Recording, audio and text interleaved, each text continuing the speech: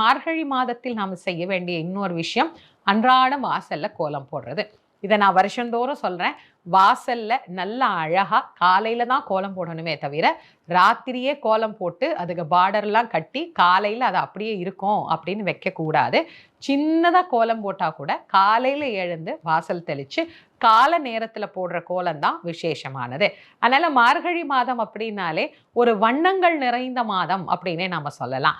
அதனால நம்முடைய மனதுல எண்ணங்கள்ல நல்ல நிறங்களை நம்ம அப்படி கண்ணால பார்க்கிற போது காலையிலே நமக்கு ஒரு மிகப்பெரிய மகிழ்ச்சி அப்படிங்கிறது கிடைக்குது.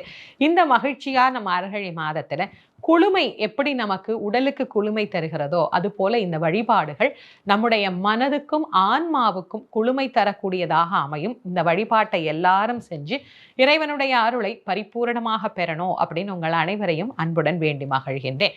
இந்த மார்கழி மாதத்திற்கு உண்டான திருப்பாவை